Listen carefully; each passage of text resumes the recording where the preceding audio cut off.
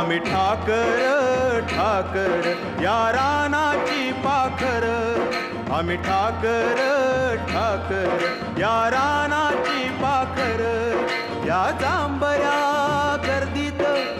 मांडून इवले घर, आम्ही ठाकर ठाकर या रानाची